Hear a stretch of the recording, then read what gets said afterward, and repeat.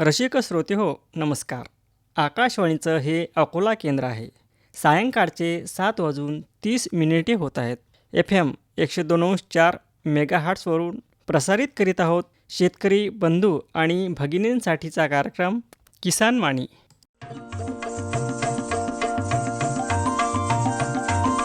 किसान वाणी, किसान वाणी, किसान वाणी, किसान वाणी.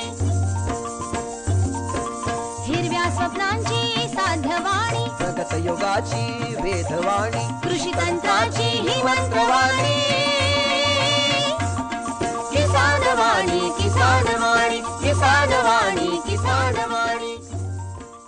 भारत सरकारच्या कृषी आणि शेतकरी कल्याण मंत्रालयाद्वारे प्रायोजित किसान वाणी कार्यक्रमात सादर करते सूरज गोडे यांच्यासह मी किशोर राऊत आणि मी संपदा ढोके सस्नेह स्वागत करीत करीत आहोत. आहोत. तर किशोर, मला सांग, आजच्या आपल्या किसान वाणीच्या कार्यक्रमामध्ये आपण काय काय ऐकणार आहोत? तर संपदा, सुरुवातीलाच कृषीवाणी ज्याचा विषय आहे पोल्ट्री फार्मचे नियोजन, जी की तुझ्याच आवाजात आहे, तर ती ऐकूया. नक्की नक्की. शेतकरी बंधू भगिनींनो, नमस्कार. ऐकूया कृषीवाणी. वाचक स्वर संपदा ढोके आणि सादर करते सूरज गोडे यांच्यासह. मंडळी, कृषीवाणीमध्ये ऐकूया पोल्ट्री फार्मचे नियोजन याविषयीची माहिती, जी आपल्याला प्राप्त झालेली आहे कृषी विज्ञान केंद्र साकोली, जिल्हा भंडारा यांच्याकडून. शेतकरी बंधूंनो, पोल्ट्रीची बांधकामाची दिशा उत्तर दक्षिण असावी. त्यामुळे सूर्यप्रकाश सरळ फार्ममध्ये न पडल्याने तापमान जास्त वाढत नाही.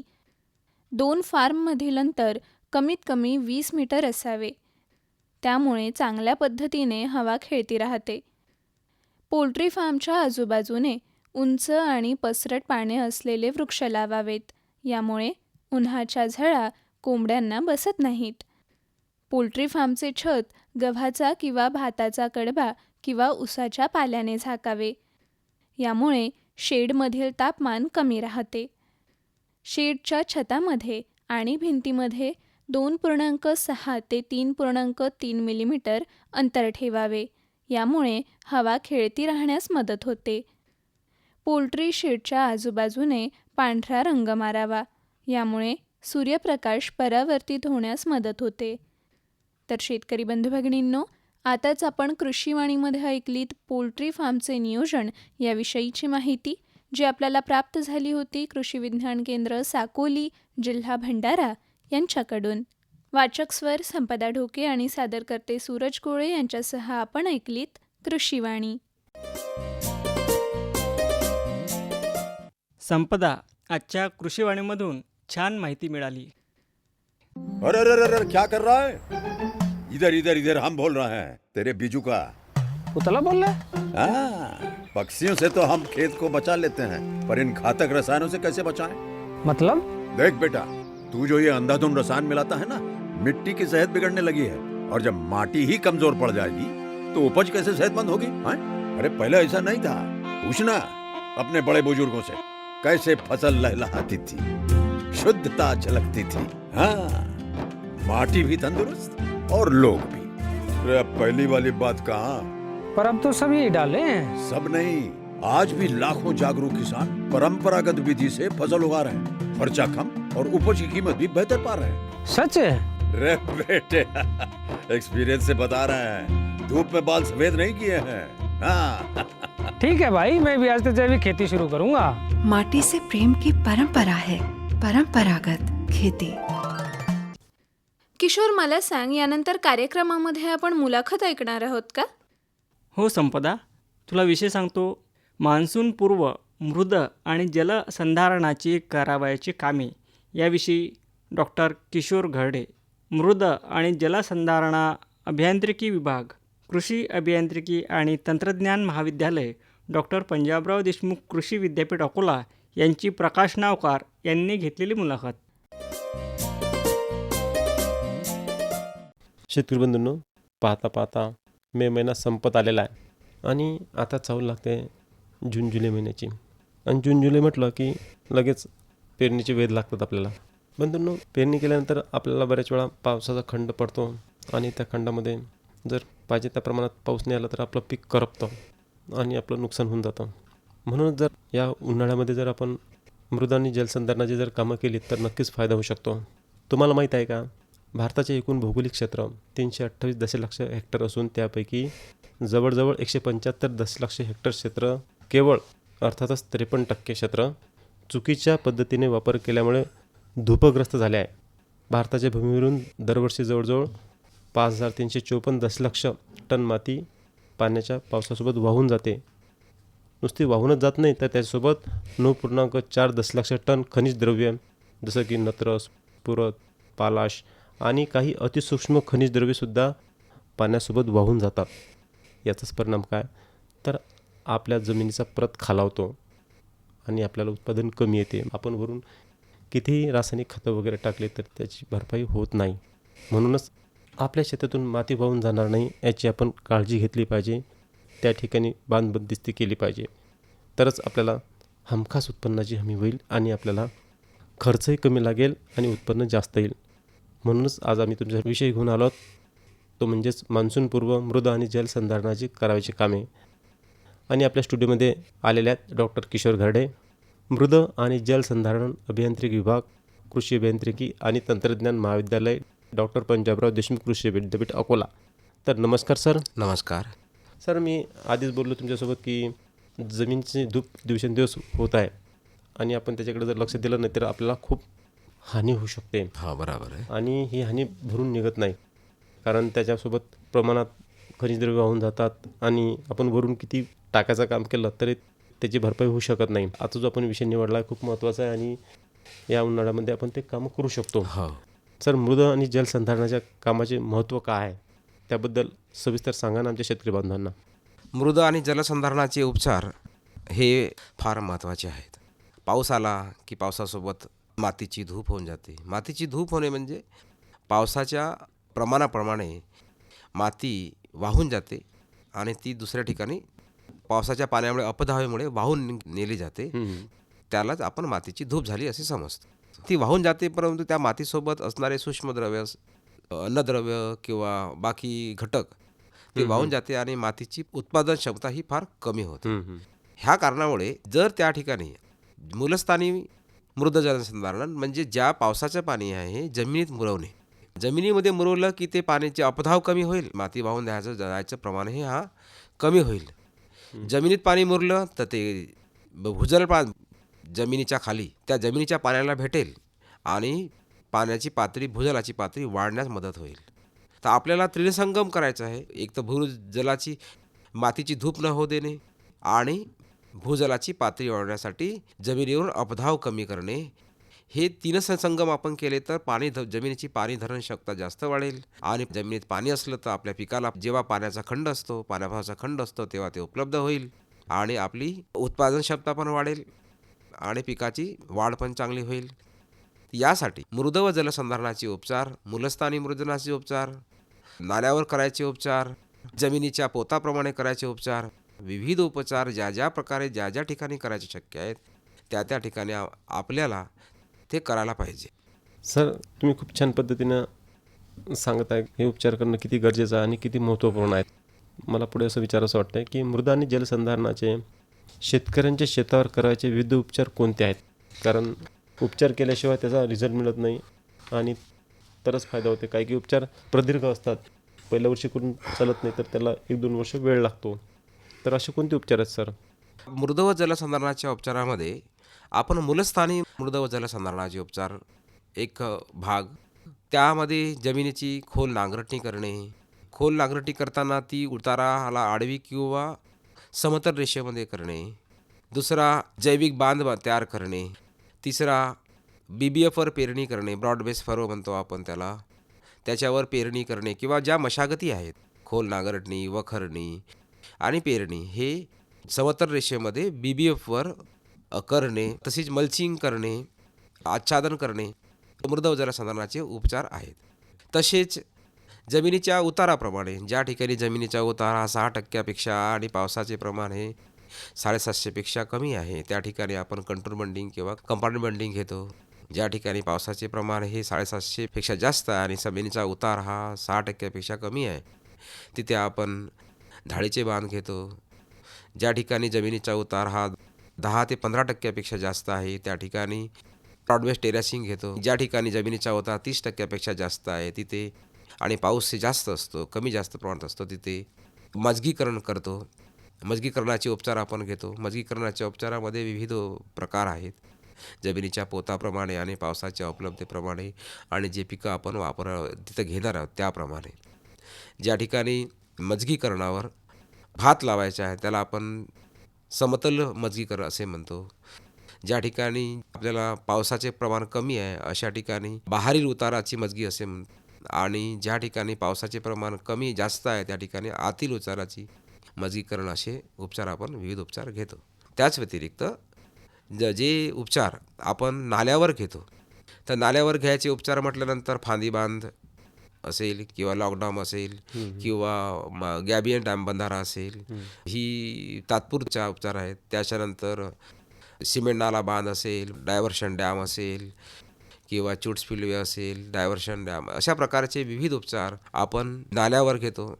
आणि पाणी साठवणीसाठी आपण शेततळे, गाव शेततळे, मोठे शेततळे, शोषखड्डे, हे विविध उपचार जमिनीवर जमिनीच्या पोताप्रमाणे आपण घेत असतो.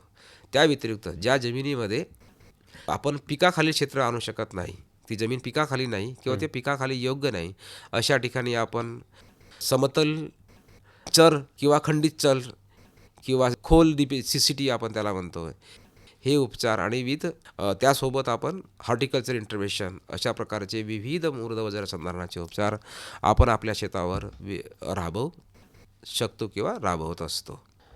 सर, या उपचारामध्येच एक बांध बंदिस्ती हा जो एक उपचार आहे त्याच्यामध्ये बऱ्याच शेतकरी बांधवांचं असं म्हणणं, ते बांध बंदिस्तीमध्ये जे धुरे असतात चारी बाजूच्या शेताचे ते खोदल्या जातात, रुंद केल्या जातात आणि मग ते तेवढी जागा शेतकऱ्याला पेरता येत नाही. तर अशामध्ये शेतीची जमीन जाते, नुकसान होतं. तर कितपट योग्य आहे? कितपट योग्य आहे? बांध बंदस्ती करताना शेताला आपला बांध असतोच. आता ते नवीन कन्सेप्टनुसार आपण जे आलं ते की कंपार्टमेंट बंडिंग म्हणतो. आपल्या एका शेतकऱ्याची शेत आहे आणि त्याचं जमीन 2-4 एकरच आहे किंवा 4, त्याला कंटूर बंडिंग करणे किंवा धाडीचे बांध करणे योग्य होत नाही किंवा ते परवडण्याजोगे नाही. तर त्यावेळेस आपण कंपार्टमेंट बंडिंग हा उपचार आपण लोकांना सजेस्ट करतो की जेणेकरून जे बांध आहे, ज्या शेताच्या बाजूचे बांध आहेत त्यांनाच सतत समक्षीकरण करून जमिनीच्या आपल्या शेतातलं पाणी आपल्या इथेच मुरेल किंवा दुसऱ्याच्या शेतामध्ये जाणार नाही.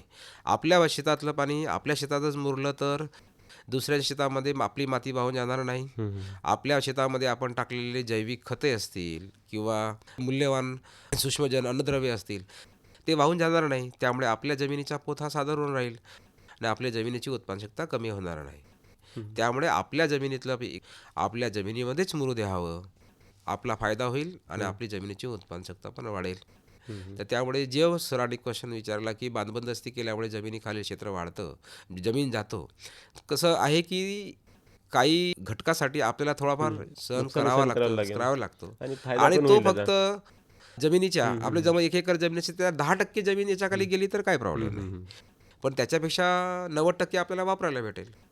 आणि आपल्याला ते बांधाचा उपयोग काही यासाठी करत नाही, त्याच्यावर आपण चारा, आपले जे जनावर आहेत त्याच्यासाठी करता येतो.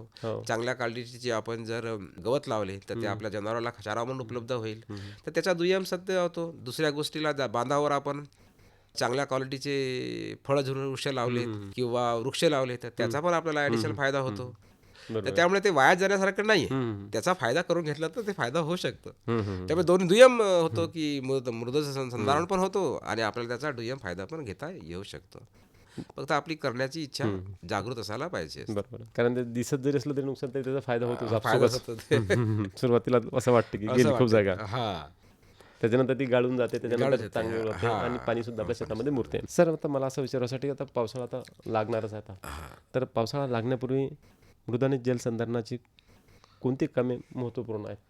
पावसाळ्याच्या सुरुवात करताना मृद व जलसंधारणाचे विविध उपचार आपण जसे आता आपण सांगितले त्याप्रमाणे 1 बाय 1 आपण घेऊया. की जसे की पावसाळ्यापूर्वी आपण खोल नांगरणी करतो, तर ती खोल नांगरणी करताना शक्यतो समतल रेषेमध्ये किंवा उताराच्या आडवी करावी. त्यामुळे होणार काय की जे पावसाचं पाणी आहे त्या झालेल्या सऱ्यामध्ये जमा होईल आणि जमिनीमध्ये मुरण्याला त्याला वेळ भेटेल आणि अपधाव कमी होईल. तर शक्यतो हे असं करावं, जेव्हा खोल नांगरणी म्हणजे मान्सूनपूर्व जी खोल नांगरणी आहे ती जमिनीच्या उताराच्या आडवे करावी. दुसरा उपचार असा आहे, आपण बांध बंदिस्ती केलेली आहे की जे आपण जसं आपल्या सरांनी म्हटलं की बांध बंदिस्ती केली आहे, कंट्रोल बंडिंग असेल किंवा ग्रेड बंडी असेल, ते बंड बनवले आहे किंवा शेताला बंड आहेत, तर ते त्यांची डागडुजी करून घ्यावी. ते कुठून फुटलेले नाहीत, त्याकडून त्यांना भेगा गेलेल्या नाहीत. त्या ठिकाणी ज्या ठिकाणी भेगा आहे तिथे त्यांना दुरुस्त करून घेणे. त्यामुळे काय होतं की शक्यतो ज्या काळ्या माती आहेत त्या भेग इतकी मोठी असते की त्यातून पाणी कुठून निघून जातं ते समजतच नाही, आणि इकडलं पाणी तिकड निघते ते आपल्याला अंदाजच येत नाही.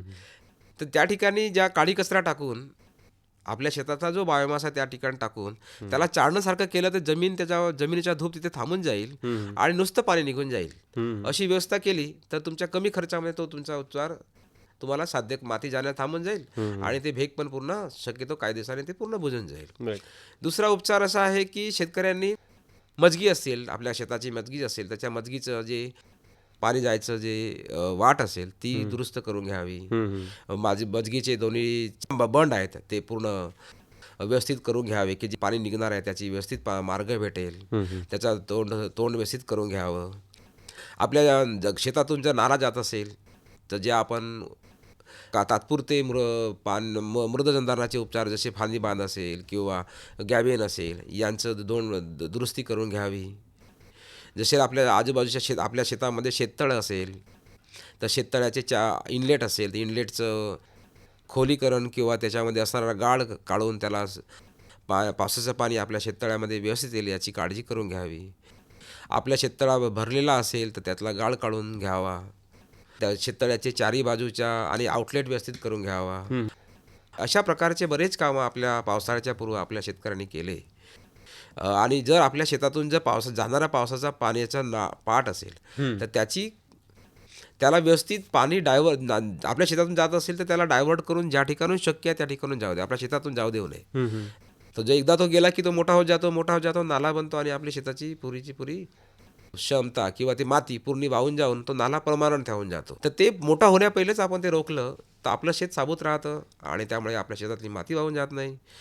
तर ही काळजी आपण शेतकऱ्यांनी पावसाळ्याच्या पूर्वी घेतली तर आपलं पावसाळ्यात होणारं जे नुकसान आहे ते आपल्याला टाळता येते. असे विविध कामे आपल्याला पावसाळ्यापूर्वी करता येतात. बरेच वेळा तेच होते सर की आपण सुरुवातीला लक्ष देत नाही आणि मग नंतर या पावसाळ्यात लक्ष दिलं नाही की मग पुढच्या वर्षी आणखी मोठं होतं आणि जास्त पाऊस जर आला त्या वर्षी तर मग तर विचारूच नका, तर खूप मोठं होते आणि मग आपल्याला खूप नुकसान सोसावं लागतं. ज्या ठिकाणी माती गेली तिथून काहीच उत्पन्न निघत नाही, मग ते बंजर बनून जाते आणि काहीच फायदा नाही. आपली जमीन आपण वाया घालवल्यासारखा प्रकार होतो. त्यामुळे हे कमी खर्चाचे आपल्या लेवलवर केलेले उपचार आपण केले आणि तर खर्च पण लागत नाही. बोलता तुम्ही हे पण सांगितलं की शेततळी जे आहे ते खुलीकरण करणं खूप गरजेचं आहे आणि हा खूप महत्वाचा मुद्दा आहे. आता आपण पाहतो की बरेच गीर बांधवांच्या शेतामध्ये बऱ्यापैकी शेततळं घेतलेले आहेत, परंतु ते त्याच्याकडे दुर्लक्ष आहेत. काटेचे वृक्ष वाढलेले आहेत पण ते निगा करत नाहीत किंवा त्याचं थोडंसं खुलीकरण पण करत नाही. हे जर केलं तर नक्कीच फायदा होऊ शकते सर. आणि तो जो गाळ आहे तो शेतामध्ये टाकता येतो, तो सुपीक गाळ असतो सर, सुपीक गाळ असतो, तर त्याचा सुद्धा फायदा होऊ शकतो. येस. हा जो शेततळे आहेत आपल्या जलयुक्त शिवार योजनेमध्ये महाराष्ट्रामध्ये 10 लाख शेततळे तयार केले. जलयुक्त शिवार योजना असेल किंवा पोखरा योजना असेल आणि त्यामध्ये गव्हर्नमेंटने त्याला सबसिडी देऊन ती विविध योजनेअंतर्गत मागेल त्याला शेततळे असेल, समृद्धी महाराष्ट्र योजना असेल किंवा पोखरा असेल किंवा जलयुक्त शिवार योजना असेल, ह्या योजनेमध्ये महाराष्ट्राने मागील 10 वर्षामध्ये 10 ते 20 लाख शेततळे अख्ख्या महाराष्ट्रामध्ये तयार केले. तयार केल्यानंतर लोक सबसिडीमध्ये ते करून घेतात, पण ते करून घेतल्यानंतर त्याचं मॅनेजमेंट करत नाही, व्यवस्थापन करत नाही. काही लोक करतात पण काही लोक शक्यतो त्याच्याकडे दुर्लक्ष करतात. त्याचा काय फायदा होत नाही. तुम्ही शेततळे बनवलं, शेततळ्यात पाणी साठवलं तर बरेचसे लोक आहेत की ज्यांना शेततळ्यामध्ये पाणी साचवलं त्यांना दुबार पाणी सिंचनासाठी कामात येते. आणि जर त्यामध्ये माती जमा झाली तर त्याचं पाणी साठवून क्षमता कमी होते आणि पुन्हा त्याची क्षमता सुद्धा वाढते, क्षमता पण वाढत नाही. मग ते खोदून ते शेतामध्ये टाकलं, त्याचा येणारा इनलेट आहे किंवा ज्या ठिकाणून पाणी येते त्याचा रस्ता व्यवस्थित केला तर ते व्यवस्थित पाणी जाईल, ते पुन्हा मातीची धूप करणार नाही. त्याला व्यवस्थित चाळण टाकून पाणी गेलं तर ते माती जमा होणार नाही. ह्या आपण आपल्या लेवलवर आपल्या शेताची काळजी घेतली म्हणजे येणाऱ्या मार्गाने जाणारा मार्ग व्यवस्थित करणं गरजेचं आहे. आणि तो दरवर्षी थोडाफार खराबच होतो, खराब कमी जास्त पावसाच्या कमी जास्तीमुळे किंवा त्याच्यावर गवत कमी जास्तमुळे आणि त्या बांधावर गवत लावला की ते गवत तर क्षेत्राचं बंद स्टेबल होते आणि त्यातून मग त्याची धूप पण कमी होते. तशीच इनलेटमध्ये पण बांध लावले, गवत लावले, जसं खसखस गवत असेल, गाईच्या चाऱ्याचे मोठे इल्फॅसेशन गवत असेल लावले, तर त्यामुळे त्याची धूप कमी होते आणि पाण्याचा सुरळीत चाळण होऊन जाते. ह्या काळजी घेतल्या तर तुम्हाला त्याचं लाईफ पण वाढते आणि तुम्हाला तुमच्या जास्त पाणी तुम्हाला साठवून करण्यास मदत होते. नक्कीच नक्कीच सर, खूप छान पद्धतीने तुम्ही शेतकरी बांधाला आणि आमचे शेतकरी बंधूसुद्धा प्राण ओतून ऐकत आहेत. सर, आता मला जाता जाता असं विचारायचं वाटतं, मूलस्थानी आणि जलसंधारणाचे जे फायदे कोणते आहेत? जसं मी सांगितलं की शेतीमध्ये आपण मिक्स क्रॉपिंग, मिक्स पिकं लावतो आणि ते पिकं शेताच्या उताराच्या आडवे लावावी आणि मल्चिंग करावी किंवा BBF आपण त्याला BBF मध्ये ब्रॉड बेस फरोवर आपण हे लावतो. ब्रॉड बेस फरो लावण्यावर आपण कल्टिवेशन केल्यामुळे आणि जमिनीच्या उताराने केल्यामुळे तुमच्या सोयाबीनचं असेल किंवा कॉटनचं असेल किंवा मूग असेल, तूर असेल, याचं उत्पन्न तुम्हाला 20 ते 30% वाढताना दिसत आलं आहे. त्याचा फायदा. आणि जर एखाद्या पावसाचा खंडही झाला तरी त्या उत्पादनावर फरक पडत नाही. तर त्यामुळे शक्यतो लोकांनी पाऊस ज्या लावतो आपण तूर किंवा मूग किंवा सोयाबीन किंवा कॉटन हे BBFवर लावावे. BBF आणि ते उताराच्या आडवे लावावे.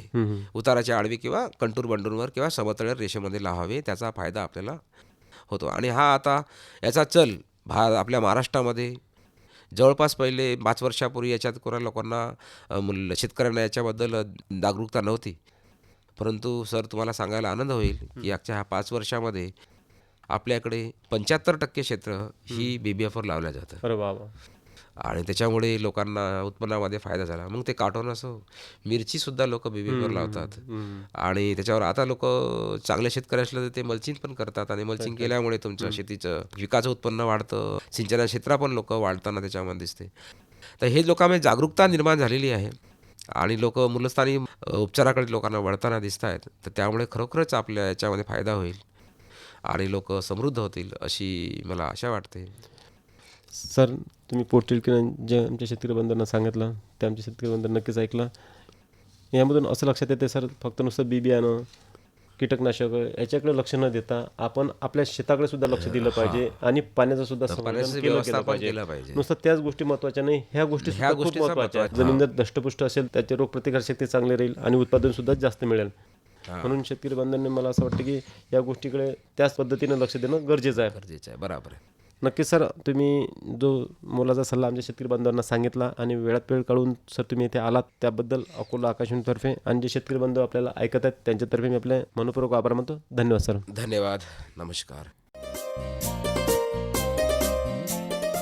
आजची मुलाखत देखील सुंदर होती. हो, ही होती मान्सूनपूर्व मृद आणि जलसंधारणाची करावयाची कामे याविषयी डॉक्टर किशोर घरडे, मृद आणि जलसंधारणा अभियांत्रिकी विभाग, कृषी अभियांत्रिकी आणि तंत्रज्ञान महाविद्यालय, डॉक्टर पंजाबराव देशमुख कृषी विद्यापीठ अकोला यांची प्रकाश नावकार यांनी घेतलेली मुलाखत.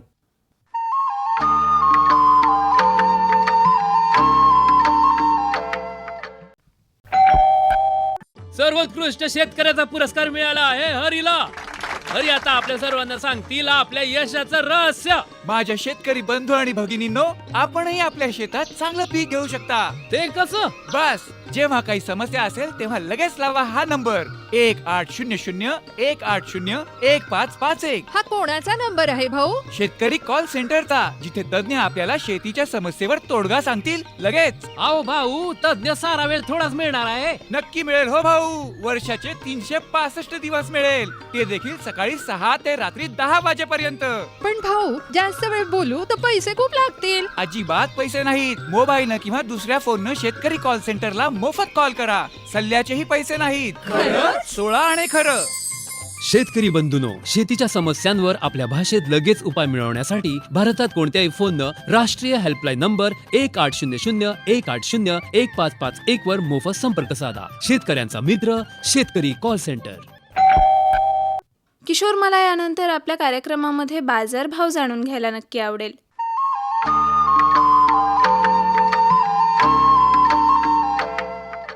कृषी उत्पन्न बाजार समिती अकोला येथून प्राप्त आजचे बाजारभाव आता जाणून घेऊया.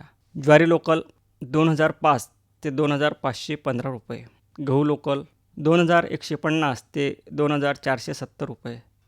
गहू शरबती 2825 ते 3555 रुपये. उडीद 6000 रुपये. मूग 6402 ते 7175 रुपये. तूर 7000 ते 8220 रुपये. हरभरा 5000 ते 5975 रुपये. हरभरा पांढरा 4800 ते 6730 रुपये. तीळ 9911 ते 10500 रुपये. मका 1850 ते 1900 रुपये. मोहरी 6000 ते 7200 रुपये. धनिया 9500 रुपये. सोयाबीन 6845 ते 7475 रुपये. आत्ताच आपण कृषी उत्पन्न बाजार समिती अकोला येथून प्राप्त आजचे बाजारभाव जाणून घेतलेत. हे भाव प्रति क्विंटलमध्ये असून कमीत कमी आणि जास्तीत जास्त अशा स्वरूपाचे होते.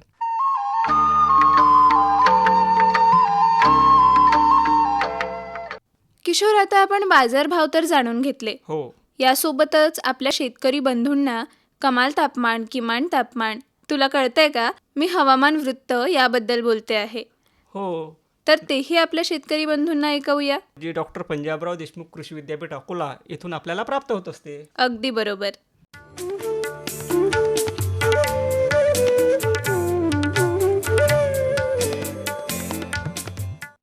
डॉक्टर पंजाबराव देशमुख कृषी विद्यापीठ अकोला येथून प्राप्त आजचं हवामान वृत्त आता जाणून घेऊया. कमाल तापमान 40.2 तर किमान तापमान 29.0 प्रखर सूर्यप्रकाश 10.2 तास.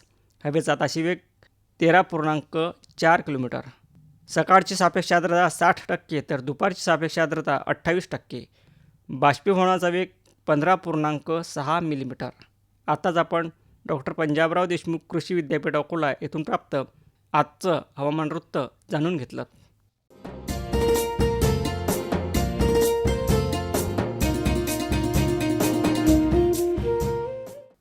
संपदा, आपले मंगळवारचे कार्यक्रम याविषयी तुला सांगतो. नक्की मला जाणून घ्यायला नक्कीच आवडेल.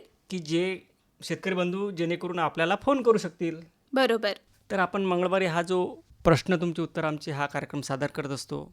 त्यामध्ये विविध विषयाच्या तज्ज्ञांना आपण आपल्या आकाशवाणीच्या स्टुडिओमध्ये बोलावतो आणि शेतकऱ्यांना फोनवरून मार्गदर्शन करीत असतो आणि त्याचं प्रसारण त्याच दिवशी संध्याकाळी 7:30ला आपल्या किसानवाणीमधून आपण देत असतो. तर त्यासाठी जो फोन नंबर आहे तो असा आहे 0724 245 6461 आणि फोन करण्याची वेळ आहे सायंकाळी 4 ते 4:30. तर संपदा, आजच्या आपल्या कार्यक्रमामध्ये जी काही आपण माहिती आपल्या शेतकरी बंधूंना ऐकवली ती निश्चितच त्यांच्या कामी पडेल आपण अशी आशा करूया. नक्की. तर आजच्या आपल्या कार्यक्रमाचे सादरकर्ते होते सूरज गोळे. किशोर, मला वाटतं आपल्या कार्यक्रमाची वेळ सुद्धा संपत आलेली आहे, नाही का? हो, बरोबर आहे. घड्याळाचे काटे आपल्याला निरोप घेण्याचा संकेत देत आहेत. अगदी बरोबर. तर शेतकरी बंधूंनो, मी किशोर राऊत आणि मी संपदा ढोके आपली रजा घेतो. नमस्कार.